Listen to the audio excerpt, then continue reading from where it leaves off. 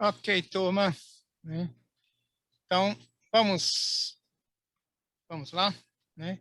Então, a ideia é uma discussão, né, que a gente tem feito. Isso mesmo. Tá. Então, que o título é Sono e Distúrbios Neuropsiquiátricos. Tá? Por favor, se sintam, né, à vontade a qualquer momento, né, me interromperem. Tá? Se não tiverem algum problema, tal. Né? Vocês estão me ouvindo? Sim, John. Estamos ouvindo. Ok, perfeito. Tá bom. Então, vamos lá. Então, a ideia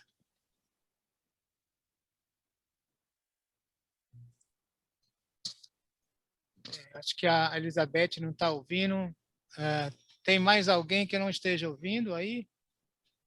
O som tá bom aqui. Tá bom. Ok. Então, a primeira questão que eu queria chamar a atenção de vocês é por que usar esse termo, né? Aqui a apresentação, no título, né? A gente colocou como, né?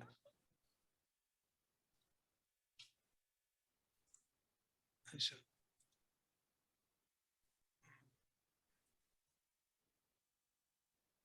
Né? Sono e distúrbios neuropsiquiátricos. Né? Deixa eu mudar aqui o...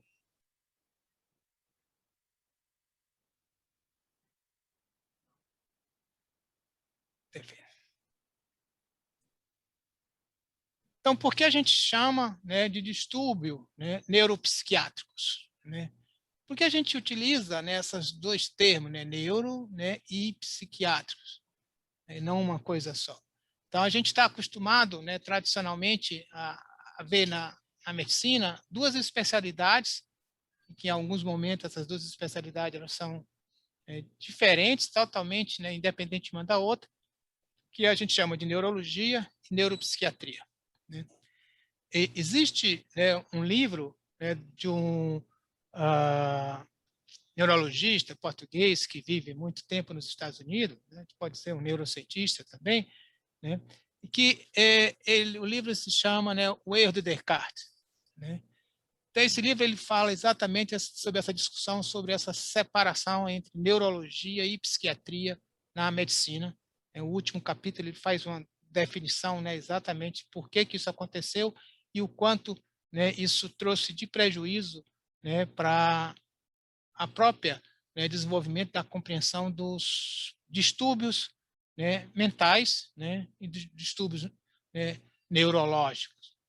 Então, hoje, né, se a gente for olhar, né, um paciente com Alzheimer, né, esse paciente com Alzheimer ele tem alterações comportamentais, e essas alterações comportamentais são dependentes, né, de alterações, né, básicas em nível celular. Ele tem, né, alterações, né, de pensamento, de memória, né, e isso a gente sabe que é dependente de alterações neurobiológicas. Se eu for olhar hoje um paciente, né, com Parkinson, eu não posso mais olhar somente como um paciente que tem um problema, né, tem um distúrbio de movimento. Na verdade, um paciente com Parkinson tem um distúrbio de movimento, tem distúrbio emocional e também tem distúrbio cognitivo.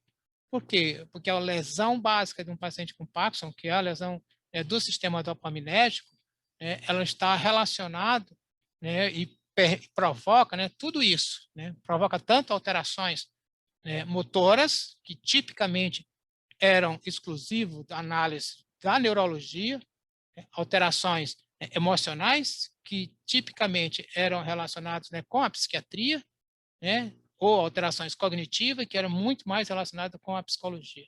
Então, quando a gente fala de distúrbios neuropsiquiátricos, nós estamos falando da atualidade hoje, né, do olhar, né, dos distúrbios, né, não mais com aquele conceito clássico do que é neurológico, do que é psiquiátrico, ou seja, do que é do cérebro, alterações por lesões cerebrais e problemas mentais. Tem que haver a unificação das duas coisas para a gente, né, entender, né, e conseguir tratar melhor, né, os nossos pacientes. Então, no roteiro, né, dessa nossa aula de hoje, eu vou primeiramente, falar um pouco sobre a classificação, né? Como é que a gente classifica e quais são as propostas novas, como essa questão do RDoC, explicar um pouco para vocês, fazer uma revisão breve sobre o mecanismo de controle do ciclo sono-vigília, né? Quais foram as nossas pesquisas básicas que nós fizemos aqui em Natal, relacionando sono, né, e distúrbios neuropsiquiátricos, falar um pouco como é que eu explico, né, o sono no distúrbios neuropsiquiátricos clássicos, né, e terminar com sugestão de leitura para vocês.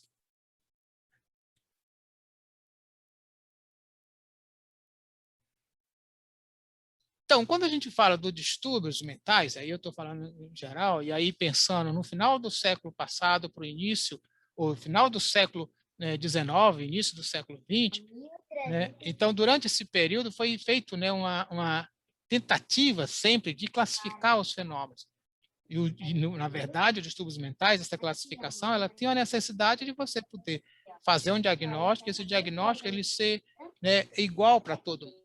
Então, a classificação, nós podemos dizer clássica, né, a gente tem aquilo que nós chamamos, né, dos transtornos de ansiedade, ou seja, alterações, né, do estado afetivo, os transtornos de humor, que aqui no caso, basicamente, são os quadros, né, depressivos, e os transtornos do pensamento, que são os transtornos esquizofrênicos. Então, isso é uma divisão clássica, geral, e que foi subdividida.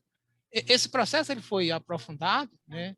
A gente tem que dar, inclusive, né, créditos ao Freud, né, nesse livro, O Problema da Ansiedade. Ele discute muito, inclusive, a necessidade de você poder ter um processo de classificação para você ter um entendimento claro, né, do que é o distúrbio comportamental. E a Associação Americana de Psiquiatria, né, desenvolveu já há muito tempo, né, um manual, que é um manual do diagnóstico, né, estatístico, né, da desordem mental, né, que hoje está na versão 5, né, ela começa em 52, com o objetivo de fazer uma sistematização, né, para um entendimento melhor do que seriam os distúrbios mentais. Porém, o diagnóstico 5, né, o manual, né, número 5, ele gerou muitos problemas, né? E esses problemas, é claro, né, ele está relacionado com esse cartoon, né, aqui, né, que era como se fosse representar na conferência, né, de organizar o DSM-5, quer dizer, diga o nome, né, de uma doença, né, e aí você vai ganhar, né, um prêmio, né? Tá? Então, essa questão... 1, 2, 2, 3, 3. Ah, então está aumentando o milhar. E a centena? Tem alguém com o microfone ligado que está dando um retorno grande aqui para mim. Para cá, abaixa, para cá. Porque a gente tem que olhar no milhar nesse aí. Você pode mutar, John, a pessoa.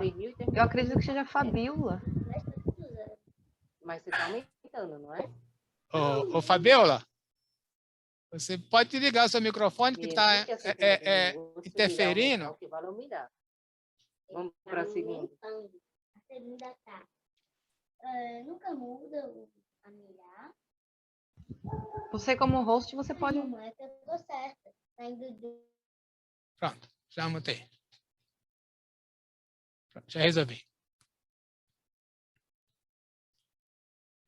Então, na verdade, eu tenho agora, né, você surgiu essa possibilidade, né, e essa questão do DSM-5 gerou, né, esse cartoon, ele mostra o quanto, né, uma discussão crítica, né, foi feita para ele, porque foi generalizado, né, em termos, né, de patologias, né.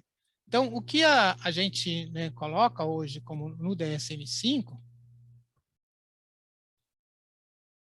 tá? Então, a gente tem aqui esse livro, né, o livro do Allen Francis, né? Inclusive, esse livro também eu tenho em PDF, se alguém tiver interesse, eu posso enviar, né? Então, esse livro ele se chama The Saving Normal, né? Uma revolta contra, né, a falta de controle no diagnóstico psiquiátrico, né, no DSM-5, na grande indústria farmacêutica e na medicalização da vida diária. O Allen Francis, né, esse autor desse livro, ele foi, né, o responsável, né, ele foi o coordenador, né, da elaboração do DSM-4. e ele já estava aposentado. Ele diz na introdução desse livro que ele estava feliz da vida porque ele estava aposentado e cuidando dos netos. E aí ele teve que largar tudo isso para fazer um movimento contra, né, o DSM-5. Porque, na verdade, né, o DSM-5 ele é elaborado num formato em que, né, as doenças, né, mentais, né, elas são ampliadas em termos numéricos, ou condições que antes eram consideradas normais passam, né, a ser considerado doença, né? O nosso grande amigo, né, e colega, né, Cleanto, né, o professor Cleanto, hoje, ele gosta de dizer que ele tem mais medo do DSM-5 do que do Código Penal, né, brasileiro, né? Porque o DSM-5 ele inclui tudo. Imagine que uma das coisas que o DSM-5 ele mudou até o DSM-4, por exemplo, no uso de substâncias, né, que atuam sobre o sistema nervoso central, ou seja, dependência, ele existia, por exemplo, né, duas grandes divisões. Uma, né, era quem fazia abuso de substância e o outro quem era dependente de substância. Então, um jovem, né, universitário que vai, né, no primeiro ano ou até durante todo o curso universitário, né, ele gosta muito de ir à festa e ele gere uma grande quantidade de álcool, né? Antes ele era considerado, né, quem fazia um abuso, né, e o dependente, né, químico, o dependente de álcool, era uma outra condição, né, que tinha o uso em excesso, mas também tinha as outras, né, características que você determinava como, né, um dependente. Hoje, com o DSM-5, esse jovem, que antes ele era considerado, né, ele era classificado como abuso de álcool, hoje ele já é considerado como dependente, e aí ele precisa ser tratado, né, como dependente químico. E, na verdade, a gente sabe claramente que são duas coisas diferentes, né? Isso, né, gerou, né, uma polêmica grande, e o Instituto Nacional, né, de Saúde Mental nos Estados Unidos, então, decidiu, né, ser contra o DSM-5 e colocar que as pesquisas na área de saúde mental com o humano não utilizem, né, o DSM-5 como critério para definir, né, as doenças mentais, e sim um outro critério. E aí foi criado, né, esse que nós chamamos o RDoC, né, que é a iniciativa, para um critério de domínio, baseado em domínio, né, isso exclusivamente para pesquisa. E o que é esse RDoC, né? Então, quando a gente vai olhar nesse RDoC, ele tem essa característica, né? Então, ele tem os domínios. Então, são esses 6 domínios, que são os domínios de valência negativas, né? Quando a gente fala, né, valência negativa, são, né, comportamentos que são reduzidos, né? Ou de valência, né, positivas, que são comportamentos, né, que são hiperativados, comportamentos, né, domínio do sistema cognitivo, que é a alteração do pensamento, né, propriamente dito, né, um domínio dos processos, né, dos sociais, do sistema de processo social, ou seja, a interação social entre as pessoas, um domínio sobre, né, a vigília, né, e os sistemas regulatórios, e um domínio, né, sobre o sistema sensório-motor, né, então, a ideia é que a gente trabalhe em cima desses domínios, e cada domínio desse, né, eu vou ter, né, um componente importante. Eu vou estudar cada domínio desse desde o nível, né, dos genes, né, nível molecular, nível celular, nível de circuitos neurais, níveis fisiológicos, níveis comportamentais, e como, né, aos que a gente chama, né, de a alta informação, né, o self-report, né, ou a introspecção da pessoa, né? Porque toda a classificação, todo o olhar, né, da psiquiatria ao longo, né, do século XX, e quando ela foi fundada, ela foi muito baseada no que é que o paciente relata, né? Então, é a partir do relato do paciente que eu consigo identificar se ele tem, né, se ele está ansioso, se ele está deprimido, se ele tem um problema psicótico, né, e etc.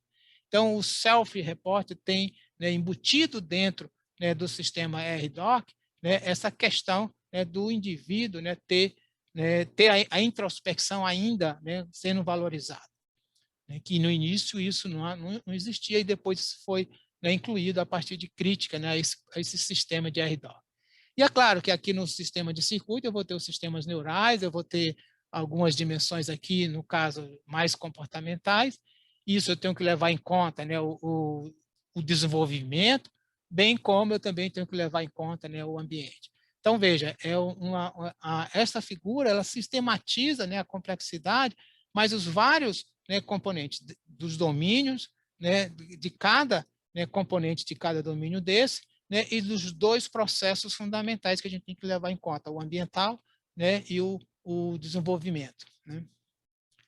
Então, dentro, né, desses domínios, o domínio que nos interessa aqui é esse, né, do alerta, né, e do sistema regulatório, e dentro do domínio do alerta está, né, o alerta em si, né, a ritmicidade circadiana e o ciclo sono-vigília.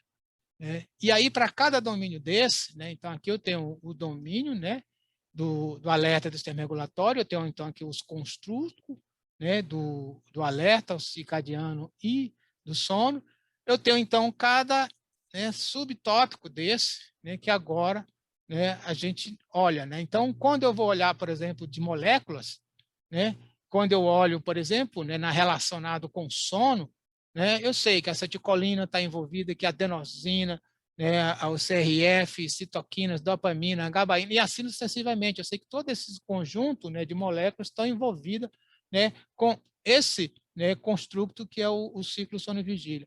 Células, né? Então eu tenho lá dedo do hipotálamo anterior, prosencéfalo basal, núcleo da ráfila, oxerúleo, né, a área tegmental ventral, o hipotálamo lateral, tal, os núcleos da formação reticular, os núcleos talâmicos, tudo isso está, né, envolvido, né, nesse domínio, né, do arousal, né, do alerta, né, e do sistema regulatório, e dentro do construto, né, do ciclo sono e vigília.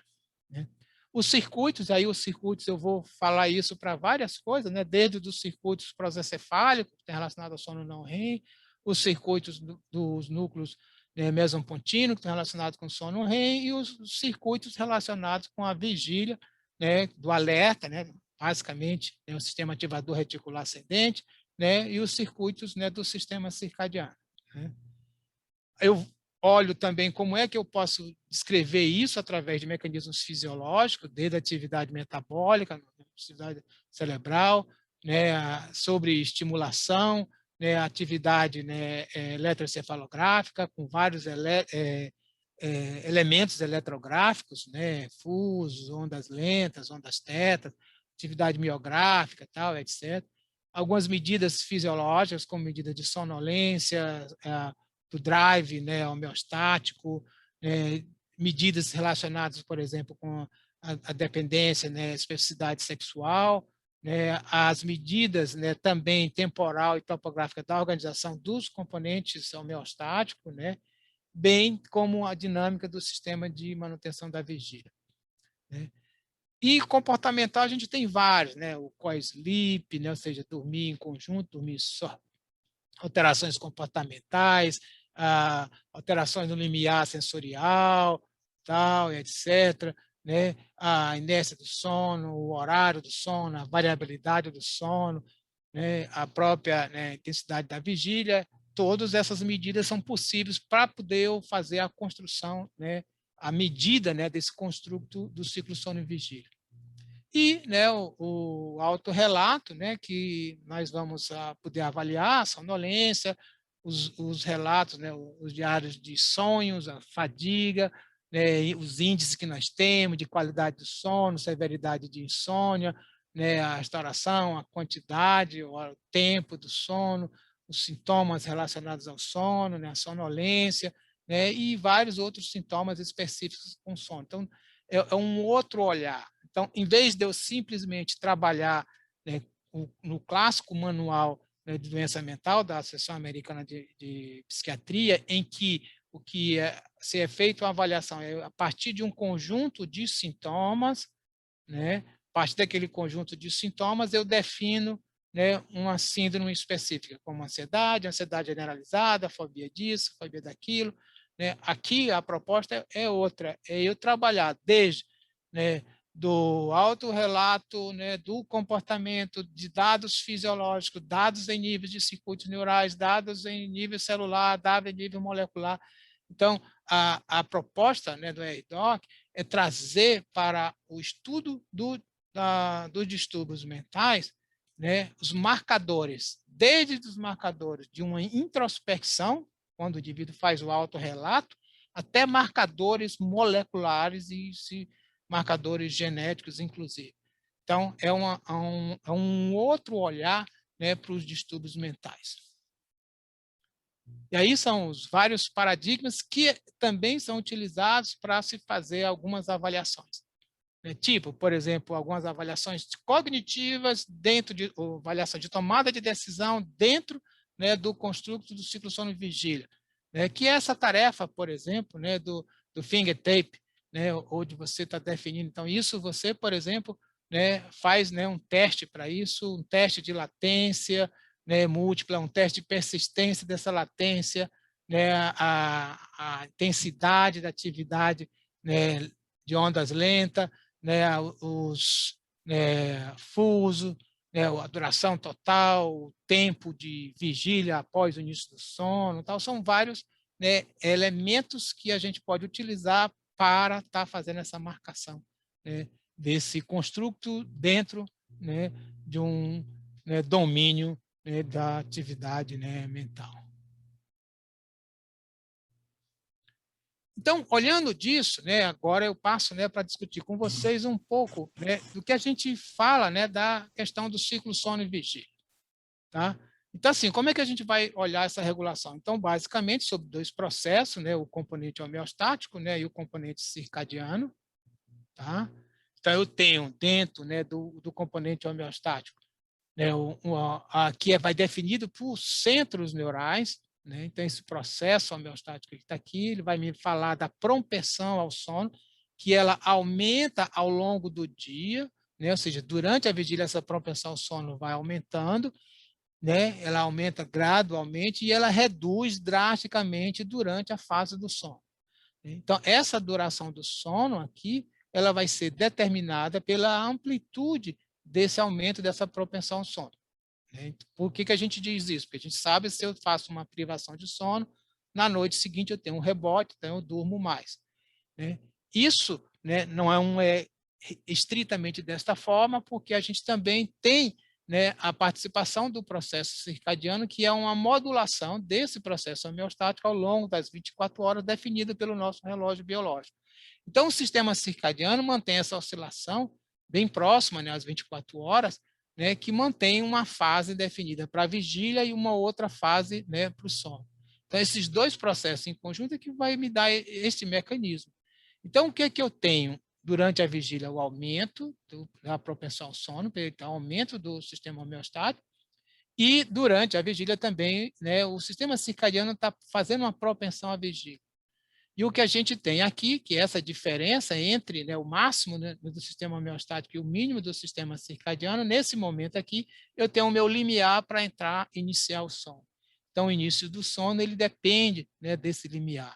Né? E é claro que esse sistema aqui, esse meu limiar aqui, está relacionado por esses dois processos, ele, né, está sincronizado com o claro escuro, né, com horários sociais, horário de trabalho, horário escolar, mas ele também pode ter um processo de mascaramento. Esse processo de mascaramento ele pode ser decorrente porque eu posso chegar aqui, embora fisiologicamente eu tenha, né, o meu limiar para iniciar o sono, e definir que eu não vou dormir. Não vou dormir por uma questão voluntária e eu mantendo isso mais acordado, embora eu sei que eu tenho esse limite. A gente sabe que esse limite ele dá em torno entre 3 e 4 dias. E a gente vê claramente que todas as vezes que eu aumento, né, essa propensão ao sono, né, eu gero, né, principalmente alterações nas minhas funções mentais, que é, né, a minha capacidade de concentração, a minha capacidade de evocar informação, a minha redução da minha habilidade psicomotora. E se eu fico mais tempo, né, 2, né, dias sem dormir, esse sistema ele aumenta mais ainda, né, o que ocorre é que eu passo, inclusive, a ter, né, alterações de cognição, né, do pensamento, inclusive, né, podendo gerar surto psicótico. Né? Todos os sujeitos que entraram nessas competições para entrar no livro do recorde, né, e ficar muito tempo sem dormir, né, tá lá os recordes em torno de 4 dias, todos eles, no final, eles acabaram tendo, né, surto psicótico, né, em decorrência da privação longa do sono. Então, essa distância aí entre, né, o processo S e o processo C, ela é a distância que a gente vai chamar, né, do limiar para, né, iniciar o sono. Então, esse, né, limiar, né, para iniciar o sono, né, ele vai ser essa maior distância. Então, esse limiar ele vai depender, né, dessa queda do circadiano, e do aumento, né, do processo S. Então, imagine se esses processos eles estão mudando de fase, né? Se o limiar, por exemplo, ele vai ficar, né, vamos dizer que eu fique acordado aqui, né, nesse processo aqui. Então, veja que esse limiar aqui ele pode ficar, né, pequeno e eu não ter, né, vontade de dormir. Então, se ele se mantém aqui, então, se eu pego aqui o máximo, daqui para cá, esse limiar aqui ele vai ser menor do que esse, né? E aí a gente não dorme. Então, por isso que eu posso ficar a noite inteira acordado e lá para 10 horas, 11 horas da manhã e não ter sono, não ter, né, a facilidade, né, de dormir. E a gente tem alguns, né, efeitos interessantes, né, que né, ele pode ser modulado por algumas coisas. Uma das coisas que a gente gosta de dizer, né, que fica bastante claro, né, é quando eu tenho, né, um cochilo, né, diurno, né? Então, veja, né, o que ocorre se eu faço um cochilo. Se eu faço um cochilo aqui, né, que eu estou apresentando aqui, eu vou diminuir essa propensão, e se eu tenho essa propensão, eu vou ter uma menor, né, quantidade de sono, uma menor duração do sono aqui à noite seguinte, porque eu reduzi a minha propensão ao sono, que devia estar aqui nesse nível e vai estar nesse nível quando os dois sistemas, o circadiano e aqui, se compõem, eu vou iniciar o sono, mas com um aprofundamento muito menor do sono, com menor sono profundo, etc. Quando eu faço a privação, é claro, eu aumento essa propensão ao sono e eu vou dormir mais ainda, né, no dia seguinte, né? Ou seja, eu tenho um efeito rebote. Então, o que a gente tem, né, feito, né, em pesquisa nessa área, né? Então, a gente trabalhou nisso há um tempo atrás, né? Basicamente foram pesquisas, né, esse conjunto de pesquisas que eu vou mostrar aqui brevemente para vocês são os trabalhos, né, de mestrado da Sara Chelapa, né? Então, a Sara ela fez medicina aqui na UFRN, né, e fez o mestrado no Programa de Ciências da Saúde aqui na UFRN sobre a minha orientação. Então, quando ela terminou o curso de medicina, ela queria trabalhar, né, com a parte de psiquiatria, né, e queria trabalhar com sono. Então, a gente juntou as duas coisas, né, e ela foi trabalhar com um conjunto de pacientes, né, e basicamente eram pacientes ambulatoriais, né, com depressão. Então, isso aqui é uma das revisões, né, que ela fez, né, que é uma revisão sobre, né, a depressão, né, pacientes ambulatórios de depressão, né, e os tipos de transtorno do sono.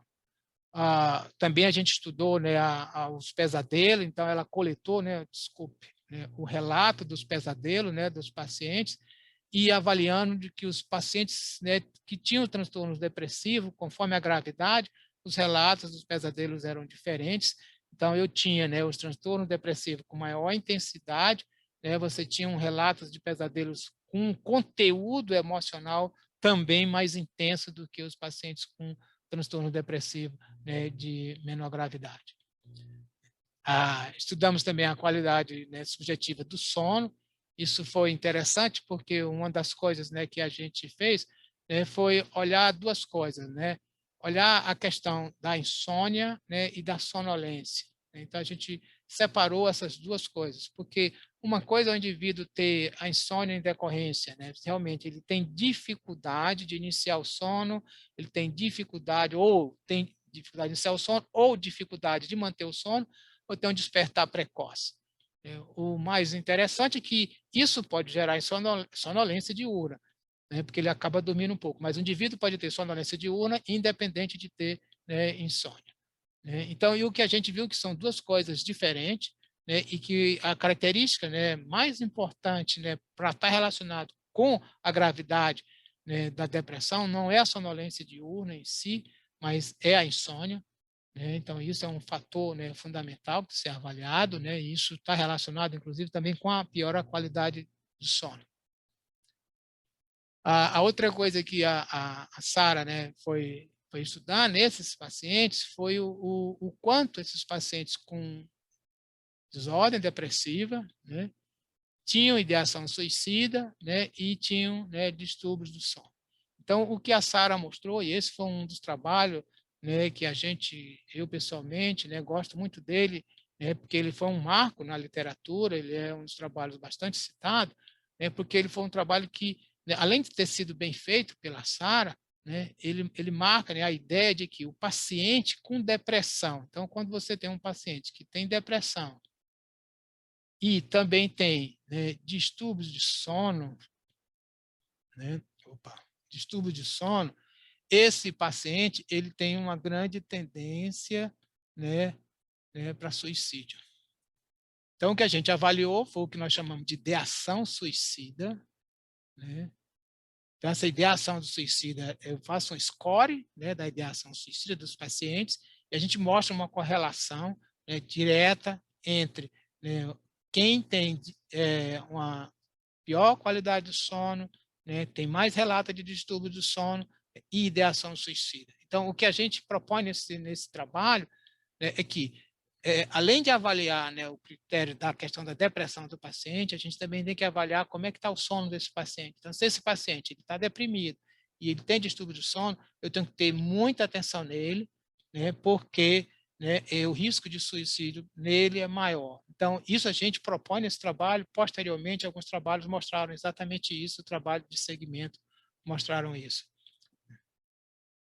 E este é um dos trabalhos, né, que fez parte, né, da própria dissertação da Sara, né, que foi uma revisão, né, muito interessante, que é uma revisão que, né, tem sido também bastante citada como, né, um trabalho, né, que faz uma síntese, né, para a época, né, sobre uma sistematização dos transtornos do sono, né, na depressão.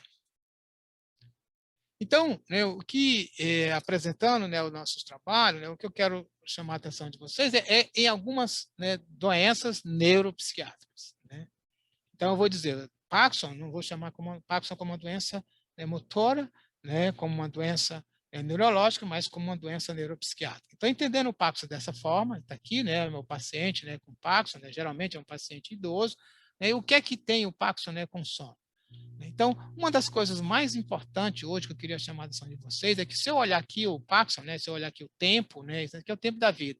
Aqui o indivíduo nasce, né, e aqui o indivíduo morre. Então, o aparecimento dos sintomas do Parkinson, geralmente aqui, é a partir da, né, 60, 70, 80 anos de idade. Então, o que a gente vê é o seguinte, né, a quantidade de pessoas com 50 anos de idade com Parkinson é baixa, com 60 aumenta, com 70 aumenta bastante, com 80 aumenta muito ainda e com 90 aumenta mais ainda. Então, com o envelhecimento, o aparecimento, né, de sintomas com Parkinson, né, ele ocorre. Isso porque é uma doença neurodegenerativa, é uma doença lenta. Claro que existem formas de Parkinson que ocorrem em pacientes jovens. Geralmente são formas gravíssimas, né, e o paciente acaba falecendo cedo, quando o início da doença é muito cedo. Mas o que é que tem a ver isso aqui, né, essa doença de Parkinson, principalmente a doença de Parkinson com sono? Vai ter a ver com esse aspecto aqui. É porque esses pacientes que estão aqui entre 60, né, e 80 anos de idade, o que quando a gente vai começa a olhar e estudar esses pacientes, né, no final do século passado, início desse século, se descobriu que boa parte desses pacientes, né, tem um distúrbio previamente, do qual nós chamamos de distúrbio comportamental do sono REM. O que é esse distúrbio comportamental do sono REM? Nós sabemos que durante o sono REM a gente tem atividade onírica, geralmente essa atividade onírica tem um componente emocional, né, bastante intenso, mas a gente tem atonia muscular. Algumas pessoas têm, né, entram em sono REM e não desenvolvem atonia muscular e eles executam os movimentos dos quais eles estão sonhando.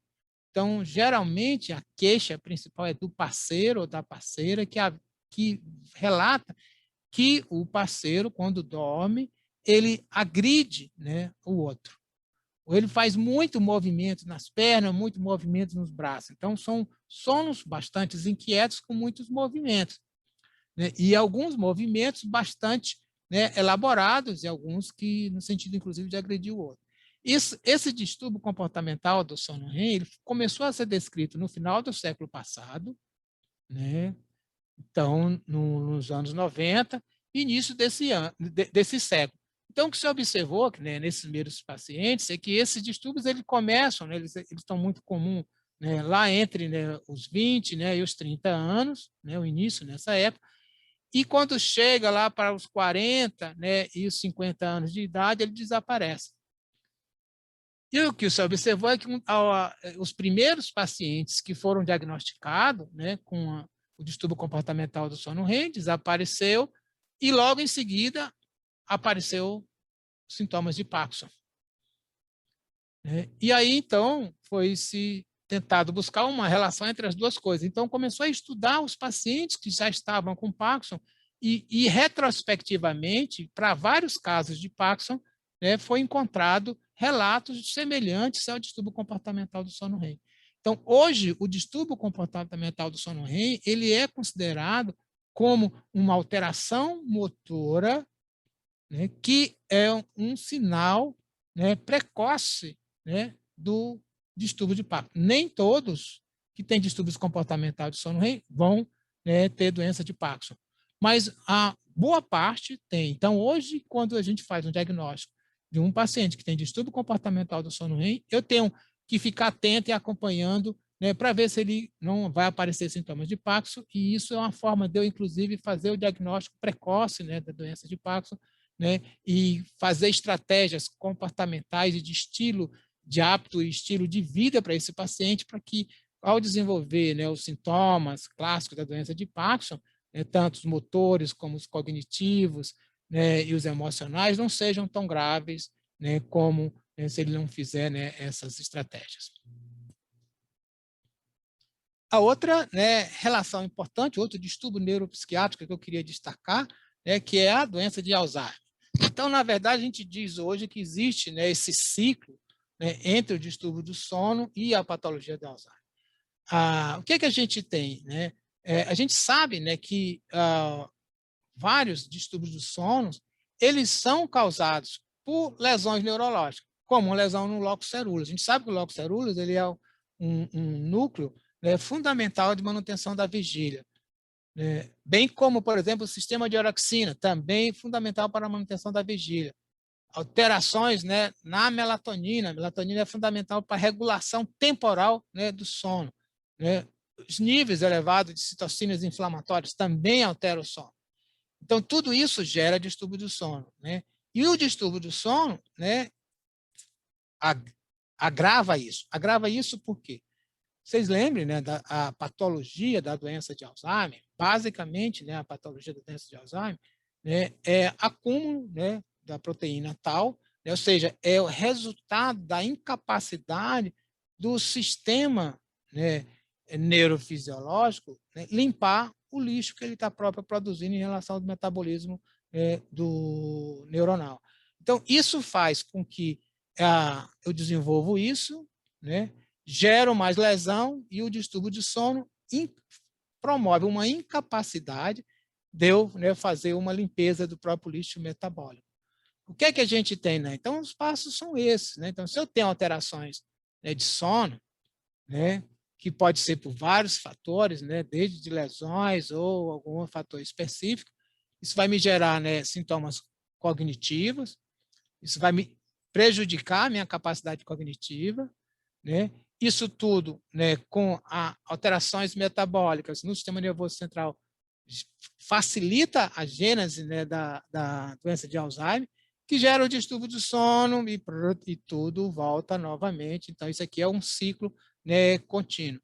Então, recentemente, a gente tem uns dados, né, muito interessantes, né, que eles estão sendo preparados para a publicação, né, um trabalho, né, no qual eu participo em conjunto com os colegas, né, da Catalunha, né, em que uma avaliação, né, durante, né, 2 anos, né, avaliando o cognitivo, né, dos pacientes já diagnosticados com Alzheimer, né, o quanto que eles estão ficando piores, né, em termos de desenvolvimento cognitivo, piora a cognitiva, né, e as alterações, né, de sono, né, e da ritmicidade circadiária. A gente vê claramente né, que os pacientes, né, que tiveram pioras foram os pacientes que tinham, né, nos anos anteriores, a pior qualidade de sono, né, uma maior fragmentação do sono, né, e que esses parâmetros, né, são parâmetros que parecem ser preditores, né, de um agravamento futuro, né, da doença, o que fisiopatologicamente, né, se explica facilmente. A outra coisa, né, que a gente viu, esse é um dado bastante interessante, que é um estudo sobre como, né, o sono ele está relacionado com a interação social, né? Na verdade, aqui um estudo amplo, né, olhando, né, pensando mais em avaliar, né, o objetivo do estudo era avaliar, né, a questão, o quanto, né, aqueles grupos sociais estavam interagindo entre si. E, por acaso, né, eles encontraram, né, que dentro, né, da população estudada, os indivíduos que tinham, né, mais distúrbio do sono, mais queixas, né, de problemas, né, de sono, eram os indivíduos que tinham menor interação social. E aí, então, né, foi feito estudos de algumas coisas, e o que ficou bastante interessante é que se a gente pega, por exemplo, aqui a orexina, né, então isso aqui, é claro, é estudo, né, em modelo, né, animal, né, e aí a gente está fazendo medidas de orexina, né, e fazendo vários comportamentos. O que a gente vê assim, então, que são comportamentos sociais. Então, quanto maior o nível de orexina, né, maiores comportamentos social está interagido, né, e se eu olho, por exemplo, para um outro, né, componente, que é um componente, então a orexina é o indutor da vigília, e um outro componente, né, que é um componente aqui que está relacionado com o controle, né, alimentar, não tem, né, essa interação, né, mostrando, né, de que parece, né, que realmente, né, aqui a gente sabe, a orexina também está envolvida no comportamento alimentar, mas na indução da vigília, né, o ciclo sono-vigília depende da orexina. Sem a orexina a gente tem os quadros, né, de narcolepsia. Aqui eu tenho exclusivamente o comportamento alimentar, né, e veja que não tenho nenhuma interação, por exemplo, com a parte, né, de comportamentos que tem a ver com as interações sociais. E aí um outro, né, distúrbio neuropsiquiátrico, né, que é a depressão, uma das coisas que a gente vê claramente é que quando você vai olhar, 90% dos pacientes com depressão eles vão se queixar de insônia. Então, eles têm queixa, né, de insônia. Mas a gente sabe, né, os dados, né, epidemiológicos mostram que a insônia é um fator de risco para a depressão, né, bem como a depressão é um fator indutor, né, da insônia. Por que a depressão é um fator de insônia? Porque, na verdade, né, a depressão ela tem uma questão importante, que é uma redução, né, desse sistema, né, desse balanço, né, que a gente diz entre induzir o sono e induzir a vigília, sono e vigília, sono e vigília. Se eu diminuo, né, isso eu tenho, né, maior dificuldade de passagem de um estado para o outro, né? Aqui eu tenho dois exemplos, né, de hipnograma, né? Então aqui a gente tem, né, um representativo, né, claro, um indivíduo controle, um indivíduo com depressão. Então o que é que a gente observa quando a gente faz uma polissonografia e faz um hipnograma, né, de um paciente com depressão? Então, no indivíduo controle, a gente tem que a primeira metade da noite, está aqui, a primeira metade da noite é isso aqui, eu tenho os episódios de sono profundo, sono leve, né, uns pequenos episódios, né, de sono REM. Então, aqui o primeiro episódio do sono REM, a latência do sono REM é grande, né, aqui está aproximadamente 2 horas, né, e na segunda metade é que eu tenho os grandes episódios do sono REM. No indivíduo com depressão, o que é que eu tenho? Eu tenho uma latência do sono REM menor, né, e os primeiros episódios do sono REM já são grandes, né, então eu tenho grande quantidade, né, de sono REM na primeira metade. Uma redução drástica, né, do sono de ondas lentas no paciente, né, depressivo. Então, isso é típico, é um resultado, um hipnograma típico de um paciente com depressão. Isso não significa que todo mundo que tenha isso esteja depressivo, né? Isso pode ser outras alterações. Mas no indivíduo com depressão tem isso, o que sugere, inclusive, né, algumas hipóteses de que, no caso do indivíduo com depressão, você tem um avanço da fase da ritmicidade circadiana, por isso que o sono REM ele vem precocemente, ele tem uma diminuição grande, drástica da latência para o sono REM. E na esquizofrenia, quando você tem, né, as alterações, né, de pensamento, o que é que a gente vai ter? Então, aqui eu tenho uma arquitetura, né, do sono, né, de um indivíduo, né, considerado uma situação, né, normal, né, sem ser de um paciente, né, esquizofrênico, né? Mas o que é que a gente vê claramente, né? No indivíduo com esquizofrenia é uma redução do sono de ondas lentas, e essa redução do sono de ondas lentas ele é um preditor de quadros mais graves. Então, eu pego um paciente, né, com com esquizofrenia, faço, né, um registro, né, polissonográfico, e eu tenho baixa quantidade, né, de sono REM, de sono de ondas lentas, desculpa, né, tanto o percentual como em duração, isso, né, implica, né, que esse paciente provavelmente ele vai, né, ter um problema, vai agravar, né, o quadro dele, e é um quadro difícil de responder, e geralmente eu vou precisar internar.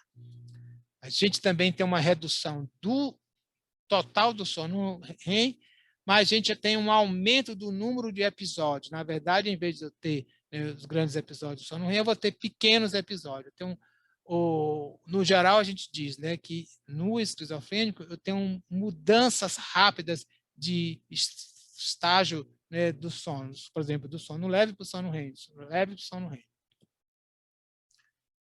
Então, aqui tem as características, tempo total reduz, redução do sono de ondas lentas, né? E o aumento do sono N1. Este aumento a gente se explica, né? Porque você tem muitas transições e tem muitos episódios, né, de sono REM. E quando você entra em sono REM, você tem mais facilidade de despertar, e o retorno você passa pelo sono de estágio N1. Então, também a gente tem as alterações, né, no eletroencefalograma, classicamente, né, essas alterações são principalmente no fuso, né, você tem tanto a redução da amplitude, né, redução de duração e densidade do fuso, bem como a gente também tem a redução, né, das ondas lentas, né. E essa forma de se medir isso é dessa forma, né? Então, aqui eu tenho um típico fuso, né? Então, se eu tenho um fuso aqui, eu posso medir o fuso, e aí eu medindo o fuso, eu posso utilizar, né, alguns parâmetros, principalmente se eu uso técnica de wavelet, eu vejo nessa duração, né, do fuso, a densidade, que é esse tamanho aqui, né, e aqui a amplitude, né, do meu fuso, né. O sono de ondas lentas, a gente tem isso aqui, a densidade, que eu pego aqui, ó, aqui quando eu, o nível médio aqui desse valor, aqui é o valor negativo, né? Então, eu pego exatamente isso aqui, essa distância daqui para cá, eu vou chamar de densidade, né, da onda lenta, né? E a amplitude, né, negativa, porque os negativos sempre são valores maiores na onda lenta. E aí é isso aqui, ó, isso aqui é um indivíduo controle, eu tenho uma grande, né, densidade, né, difusa, e o indivíduo esquizofrênico com uma baixa densidade. Aqui do mesmo jeito, a densidade aqui de ondas lentas, calculada dessa forma, ela é alta, né, e aqui, né, no indivíduo, né, com esquizofrenia, né, ela é muito baixa comparada, né, com o indivíduo controle. O que tem sido proposto, né, são uma ferramenta bastante interessante, né, uma ideia de você utilizar, né, os dados, né, de cálculo, né, da densidade dos parâmetros, né, difuso, principalmente, né, para avaliar, né, o sono. Aqui nesse gráfico mostra não só os parâmetros relacionados ao sono, mas também com outros parâmetros, com ressonância magnética, funcional, tal, né, e também até com tomografia por emissão de próstata. Mas aqui o que nos vai interessar é exclusivamente a questão do sono. Então, se eu pensar, por exemplo, aqui num caso, no indivíduo controle, né, então eu tenho a manutenção, né, isso não muda.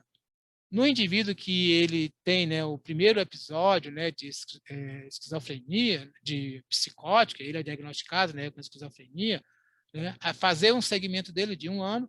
Então, nesse primeiro episódio, o que é que a gente tem? A gente tem uma diminuição nos parâmetros, né, relacionados a fuso, diminuição da densidade, né, a amplitude, né, e duração dos fusos, né? Então, o que é que a gente precisa olhar? O que é que a gente quer? A gente deseja que isto se aumente, né? Ou seja, há um aumento na densidade, aumento na amplitude do fuso, para que isso se aproxime do indivíduo com valores aqui, né, para o normal. Mas eu posso ter o caso que esse aqui é um indivíduo que ele está reduzindo, né? Então ele piorou o quadro dele, né? Ele piorou os parâmetros, né, do difuso, né? Aqui ele se mantém.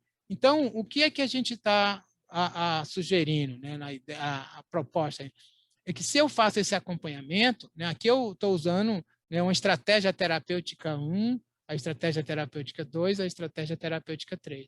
Isso implica, se eu vejo aqui, 1 ano depois, a estratégia terapêutica está boa, o resultado está sendo positivo, 2 anos depois, o resultado está sendo positivo. Essa estratégia aqui, ó, o efeito está sendo, né, negativo, não estou tendo uma melhora, né? Então, eu devo pensar em mudar. Essa aqui, ele está piorando. Então, essa estratégia terapêutica que eu tomei aqui está totalmente equivocada. Então, eu tenho que mudar radicalmente essa estratégia terapêutica. Então, né, essa é uma forma, né, de você utilizar parâmetros do sono para você seguir, né, o desenvolvimento de uma doença neuropsiquiátrica, né, como a esquizofrenia. Por outro lado, né, uma coisa, inclusive, que a gente tem trabalhado aqui na UFRN, a professora Tânia Fernandes, né, do Departamento de Fisioterapia, tem trabalhado muito com isso, são as alterações de sono após o acidente vascular cerebral. Então, imagine que uma das coisas que hoje já foi os estudos da Tânia mostraram isso, e hoje, né, é consenso na literatura que o paciente com AVC, né, ele tem uma fase aguda e depois ele tem uma fase de recuperação. Nessa fase de recuperação, quando o paciente tem, né, não apresenta distúrbios de sono, ou se ele apresentou distúrbio de sono e facilmente respondeu às terapêuticas que você utilizou, né, ficou com um sono bem consolidado, ele tem um sono de ondas lentas, né, normal, né, esse paciente ele tem um bom prognóstico. Porém, se esse paciente, na fase de recuperação, ele tem distúrbios de sono, a gente trata, ele não responde, o sono dele é muito fragmentado, ele tem baixa densidade de ondas lentas, isso implica que é um prognóstico ruim, né? Então, isso a gente tem já mostrado, esse é consenso.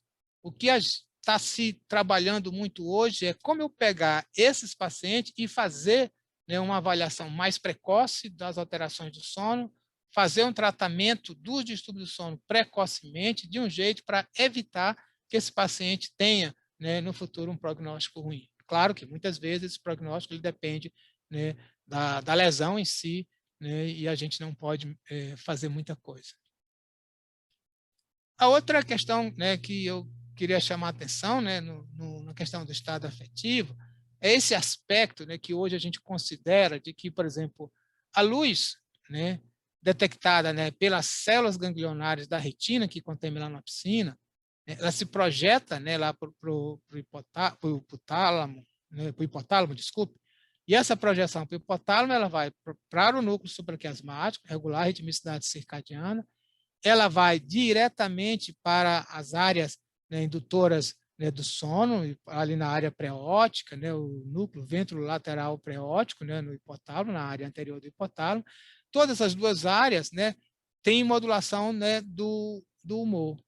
Mas também essas áreas se projetam, né, uma formação direta para áreas neurais que estão responsáveis, né, pela indução de humor, né, como o complexo amidalóide, né, e outras substâncias. Então, a gente tem uma modulação direta pela luz, né? Então, por isso que agora, durante a pandemia, a gente tem insistido tanto que as pessoas se exponham à luz, né, solar, não só para regular a ritmicidade, como, por exemplo, para aumentar o componente homeostático, ter facilidade para o sono, mas também para uma ação, né, direta e excitatória, né, da luz, né, nos centros, né, que nos mantém, né, com um estado, né, de humor, de afeto, né, mais elevado.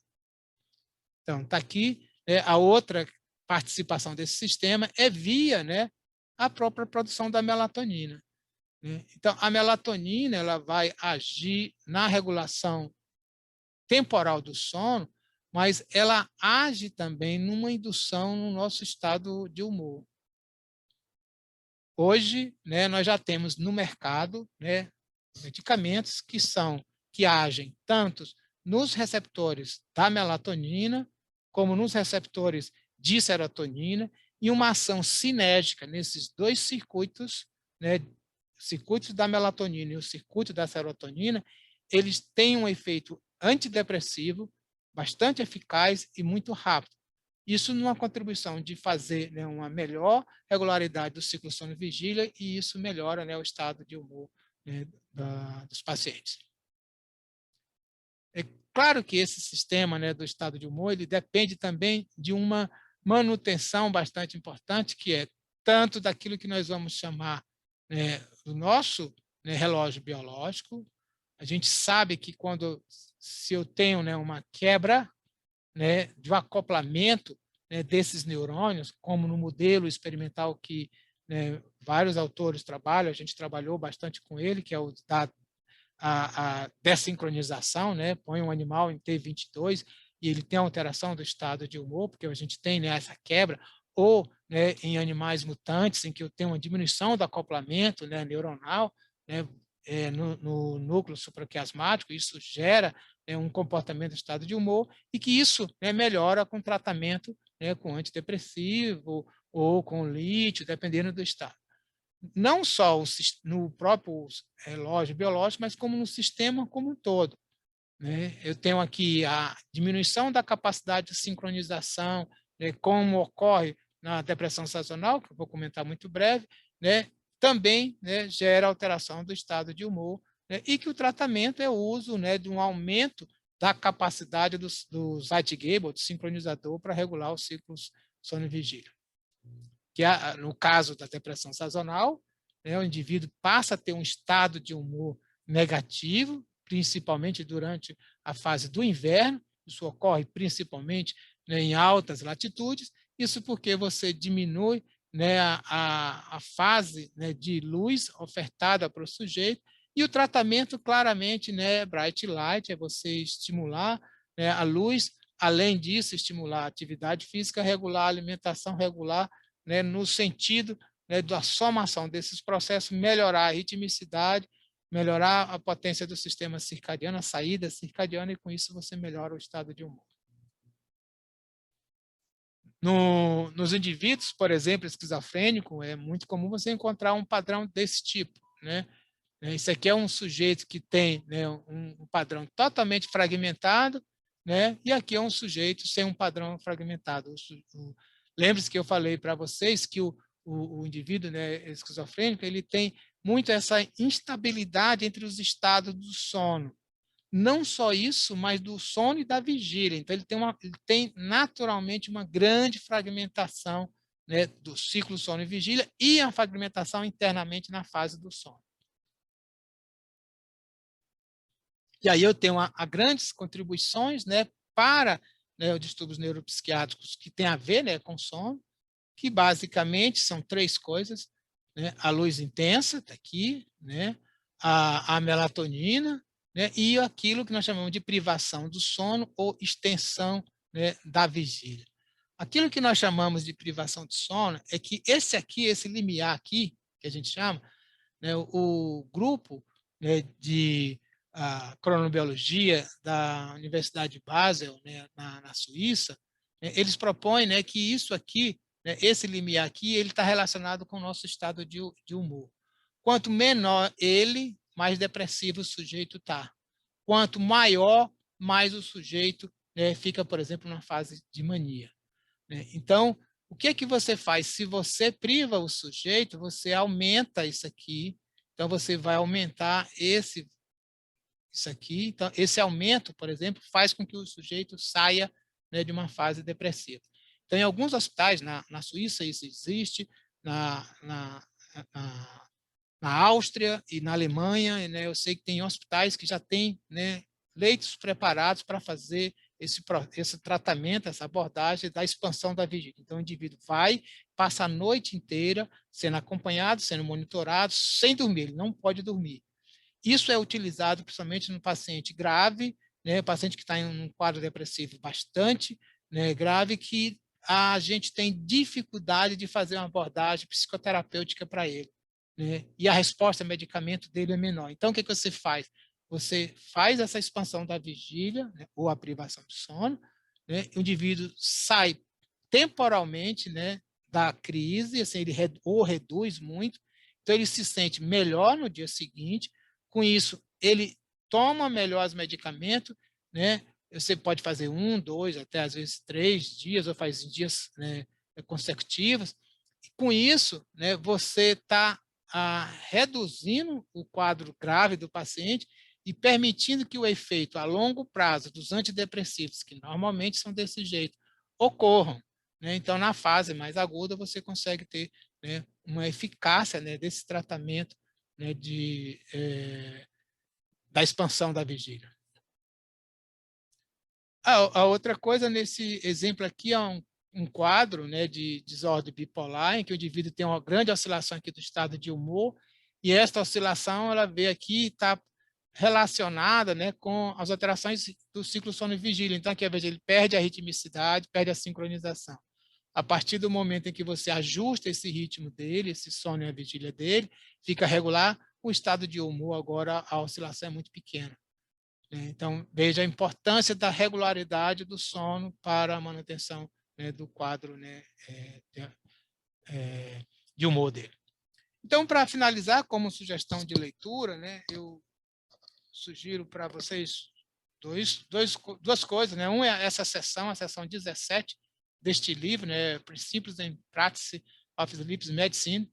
Né? Todos esses capítulos são bastante, né, bem elaborados, né, são bastante densos, com literatura, né, atual. Né? E o outro livro, né, que é este livro, esse já é a segunda edição desse livro,